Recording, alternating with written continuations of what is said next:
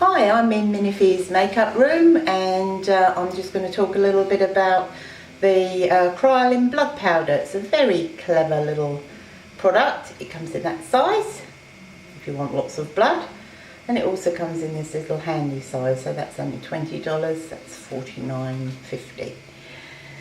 So what I'm going to do today is just show you how it's very easy to create a blood wound.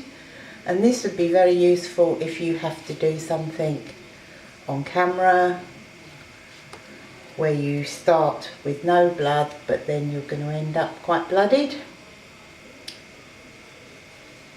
So what you do, you just coat the area that you want the blood with the powder, and then either use water or I'm going to use glycerine just on the end of a palette knife, and literally just slice into my arm, and then you'll see a nice little wound appearing. I quite enjoy doing this, so I'll just do a few more.